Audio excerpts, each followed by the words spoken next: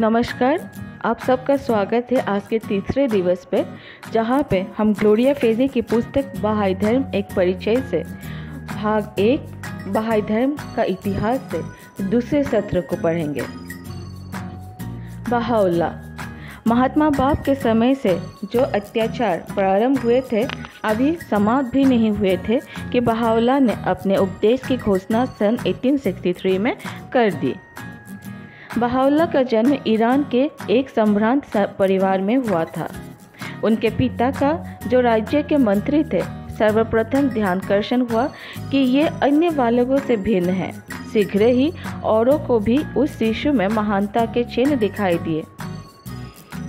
Bahaullah अभी शिशु ही थे जब वो अपने ज्ञान और पवित्र धार्मिक पुस्तकों के कठिन परिच्छेदों को समझने की असाधारण अंतर्दृष्टि के कारण दूर दूर तक प्रसिद्ध हो गए। लोग अपनी समस्या उनके पास लाते थे और धार्मिक उनके उपदेशों को सुनकर उनकी बुद्धि पर आकर्षित रह जाते थे। सबसे अधिक अनजानी बात उनके लिए ये थी कि बहाउल्लाह ना तो किसी अध्यापक के और ना ही किसी विद्यालय के संपर्क में आए थे, परंतु केवल उनके ज्ञान के कारण ही नहीं, विभिन्न प्रकार के लोग आकर्षित होकर उनके पास आते थे। अपितु ये उनका प्यार भरा स्वभाव और विनम्रता थी जिसने उस हर एक का हृदय जीत लिया था और जो उनके संपर्क में आते थे। जैसे जैसे वे बड़े होते गए, वे शोषितों के रक्षक और निर्धनों के शरणदाता के रूप में विख्यात होते गए। वे हमेशा लोगों से घिरे रहते थे। हालांकि अमीरी और भोग विलास की दुनिया में वे पले थे, फिर भी उन्हें सुख संपत्ति की कभी लालसा नहीं रही। उन्होंने अपना सारा धन जरूरतमंदों को दे दिया। प्रकृति की सुंदरता से उन्हें बहुत प्रेम था और प्रायः वे गांवों में अकेले ही घूमते रहते थे। उनके पिता की मृत्यु होने पर सरकार ने उन्हें मंत्री की जगह देनी चाहिए, परंतु उन्होंने अस्वीकार कर दिया। प्रधानमंत्री को इस बात का पता चलने पर हैरानी नहीं हुई। उन्होंने उनके बारे में कहा, यह स्थान उनके योग्य नहीं, मैं उनको समझ नहीं सकता, किंतु मुझे विश्वास है कि उनका भविष्य किसी उदात्त कार्य के लिए सुनिश्चित है। उनके विचार हमारे जैसे नहीं हैं।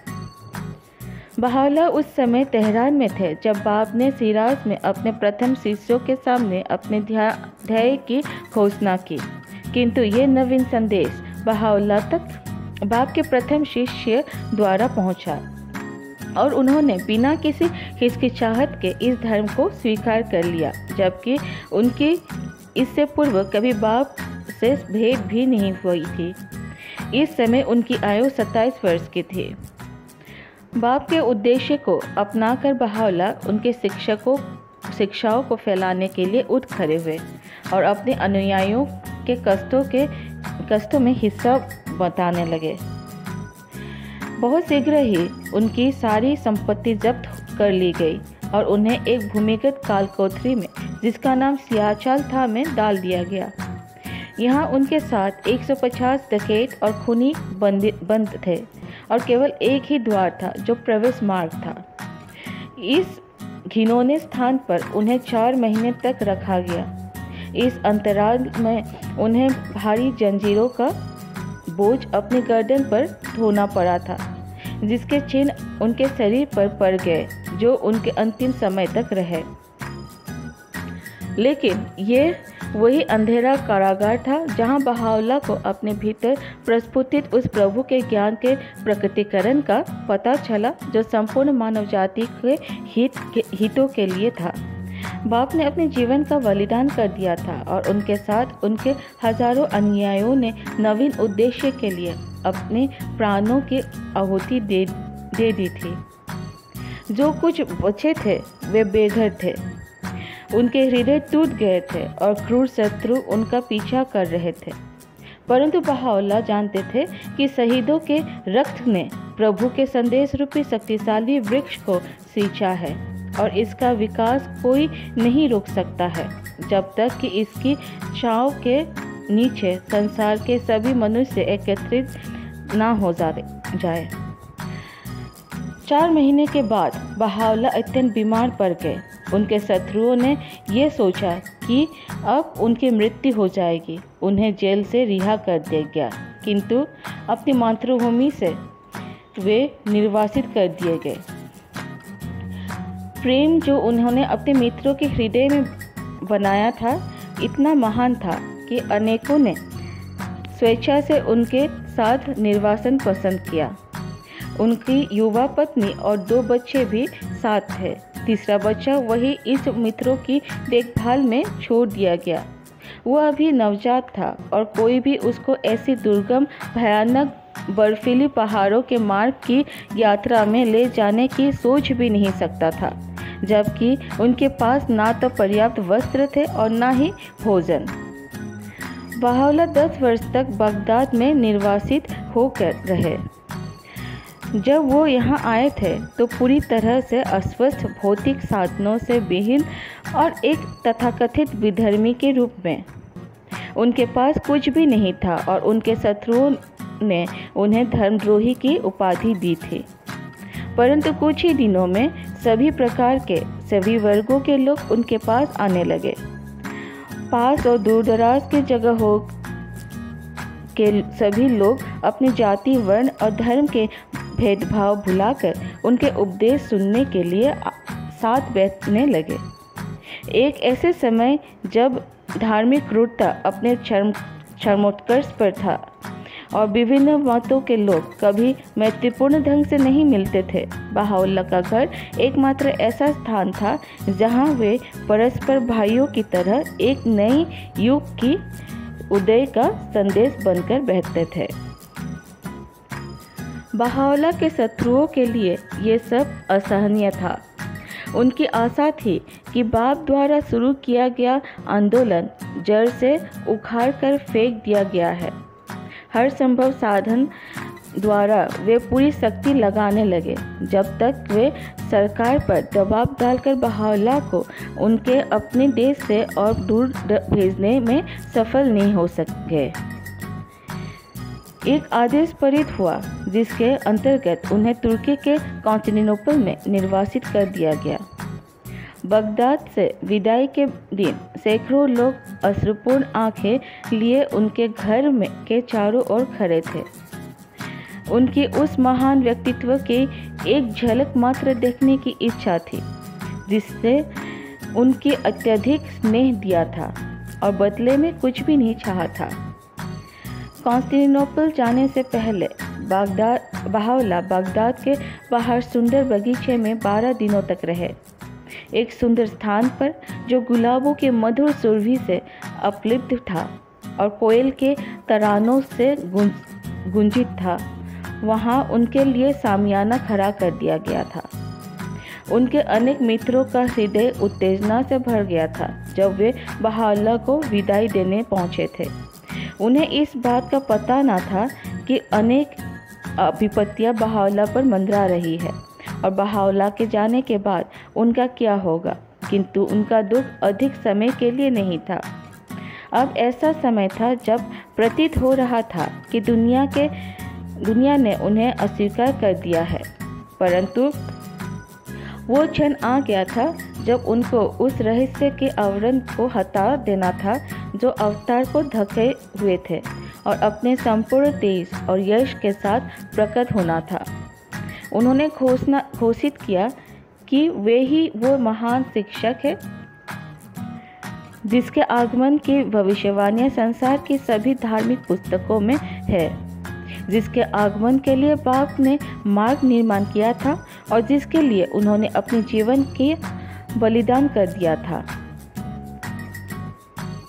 ऐसी असाधारण परिस्थितियों में बहावला के नवीन संदेश की ये घोषणा इतिहास में एक महत्वपूर्ण और निर्णायक घटना थी। अब बाप द्वारा किया गया वादा पूरा होने का समय आ गया था और संसार की कोई भी शक्ति इसकी गति को रोक नहीं सकती थी। कॉन्स्टेंटिनोपल में उनका निर्वासन 4 माह से अधिक नहीं रहा। इस बीच शहर के कई प्रभावशाली व्यक्ति उनके प्रभाव में आ गए, किंतु यहाँ से फिर उन्हें और दूर एड्रियानोपल भेज दिया गया। यहाँ वे लगभग 5 वर्षों तक रहे और यहीं से उन्होंने दुनिया के राजाओं, बादशाहों और सभी धार्मिक नेताओं को अपने उद्देश्य के बारे में बताया। उन्होंने उनको ईश्वर का संदेश सुनाने का, एक साथ बैठकर अपने मतभेद सुलझाने का और विश्व शांति के प्रसार के लिए कार्य करने का आदेश दिया। किंतु जब उन्होंने उनकी बातों को नहीं सुना तो उन्होंने उनको बुरे नतीजे भुगतने के लिए चेतावनी भी दी।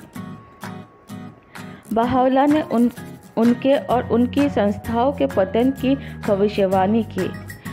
उनको ये देखकर दुख होता था कि मानव ईश्वर को भूल गया है और अहंकार के नशे में चूर नेताओं के द्वारा संतप्त है। उसे अपने ऊपर भयानक संकट मोल लेने पड़ेंगे। हालांकि वे ये देख रहे थे कि इन संकटों में मानव जाति एक होगी, अधिक विनम्र होगी और आत्मिक प्रकाश की रोशनी में जाकर ईश्वर का संदेश सुनने को तत्पर होगी।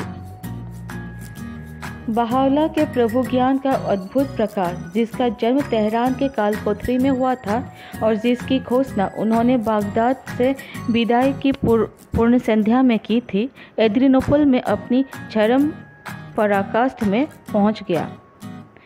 इसकी शक्ति को ना तो वे राजनीतिक ही अस्वीकार कर सकते थे और ना ही धर्मगुरु, जो इसके घोर शत्रु थे।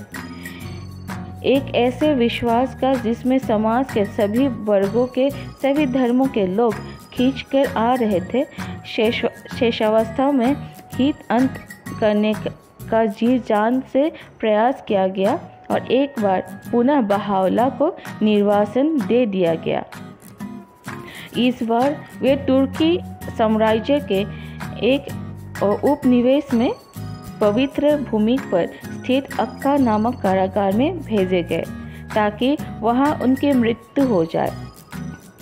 ऐसा सोचकर ही उन्हें वहां भेजा गया था, क्योंकि उस दूषित स्थान से जेल की विपत्तियां भुगत कर कम ही लोग बचकर लौट पाए हैं।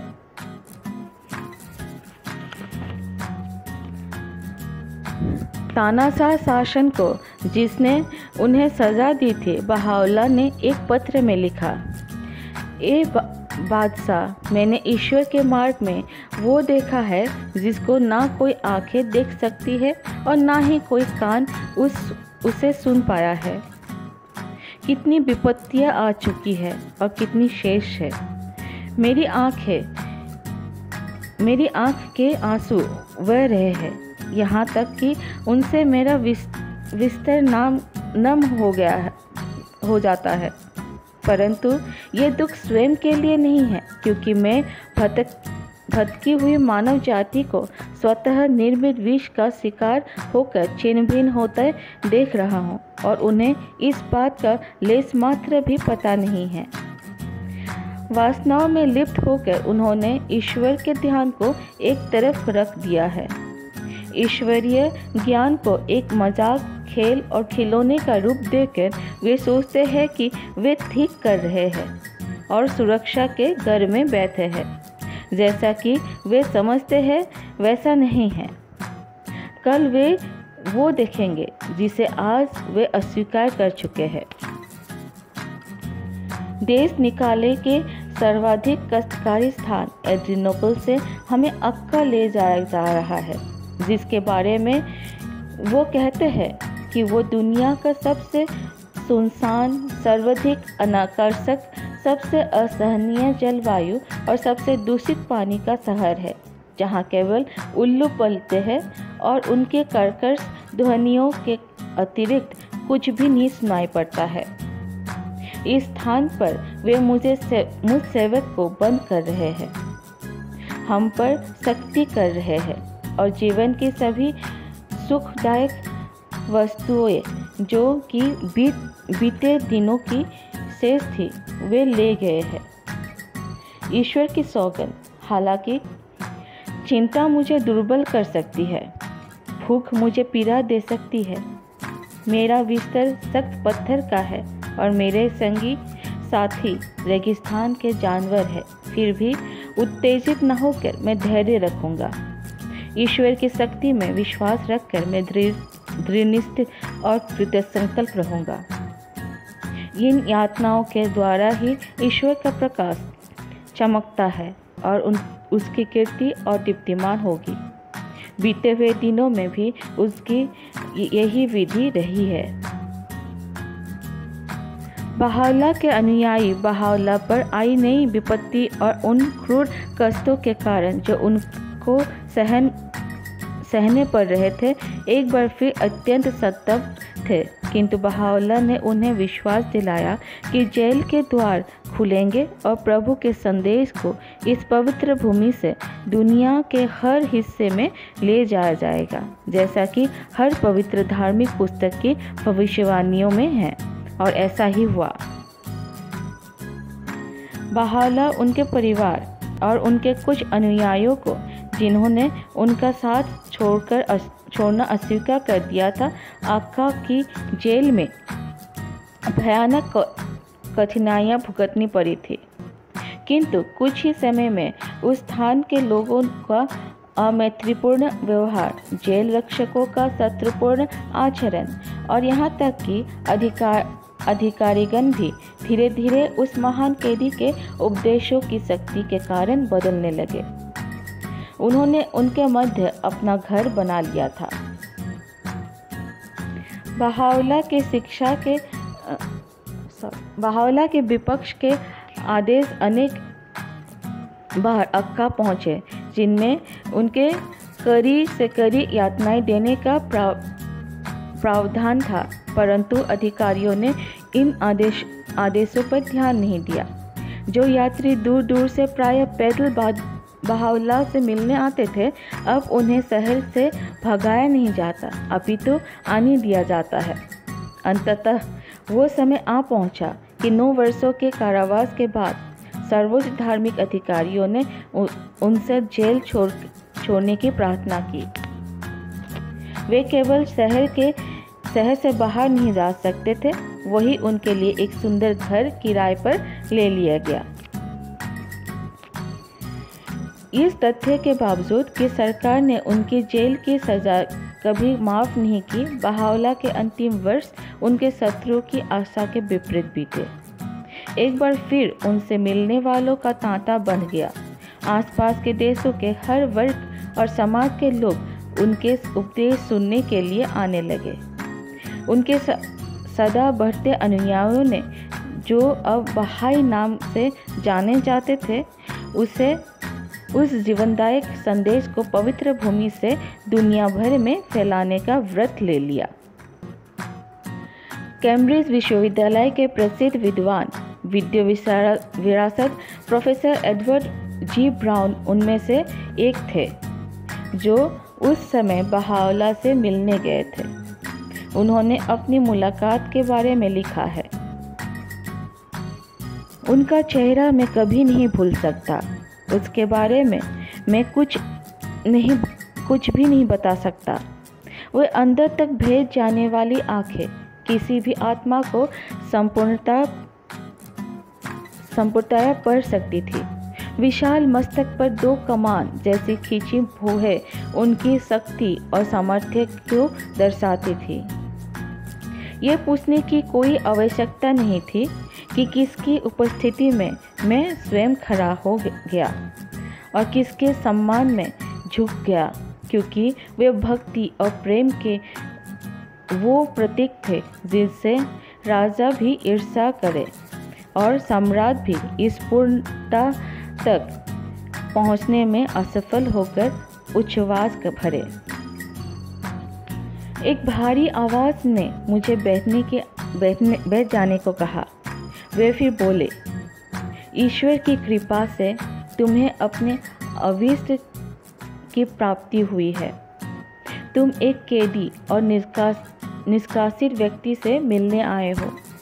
हमारे केवल विश्व में मंगल और सभी राष्ट्रों को खुश देखने की इच्छा है, फिर भी वे हमें दुख पहुंचाने वाले, अकल्याणकारी और देशद्रोही समझते हैं और जेल तथा निष्कासन की सजा देते हैं। सभी राष्ट्रों का एक धर्म हो, इंसान का इंसान से भाईचारा हो, मानव जाति में प्रेम तथा एकता के जंजीरें और दृढ़ हो तथा जातियों के परस्पर मतभेद समाप्त हो जाए। आखिर इसमें कौन सी बुराई है? खैर, ऐसा ही होगा। ये विनाशकारी युद्ध समाप्त होंगे और महानतम शांति का साम्राज्य अवश्य आएगा। किसी को केवल इस बात पर गर्व नहीं करना चाहिए कि वो एक देशभक्त है, अपितु संपूर्ण मानव जाति से प्रेम करने में ही उसे गर्व होना चाहिए। अन्य बातों के अतिरिक्त यही वह बहा द्वारा कही गई बातें हैं जो मुझे अभी भी याद है। ये सब उन पाठकों पर निर्भर करता है कि जो सोचे कि इन सिद्धांतों की प्रतिक्रिया क्या मृत्यु और बंधन है, या इन सिद्धांतों के प्रचार से कुछ खोने के बजाय संसार अधिक पा सकेगा या नहीं। अपनी जीवनधारा के तूफानी प्रवाह में बहाउल्लाह ने लेखन का भी समय निकाला और वे 100 से अधिक ग्रंथ लिखे। इनमें उनके वे प्रसिद्ध पत्र हैं जो दुनिया भर के राजाओं और बादशाहों के नाम संबोधित है। उनकी सुंदर प्रार्थनाएं और भक्ति रचनाएं हैं और उनके आत्मिक तथा सामाजिक नियम हैं। सन 1892 में अपनी मृत्यु से पूर्व बहाउल्लाह ने इस नवीन धर्म की रक्षा के लिए, इसको टुकड़े होने से बचने के लिए अपने पुत्र अब्दुल बहा को अपना उत्तराधिकारी बनाया ताकि सभी बहाई उनसे निर्देश प्राप्त कर सके। उनको ही बहाउल्लाह के लेखन का भाष्यकार तथा उनके महान उद्देश्य का निर्देशक बनाया था।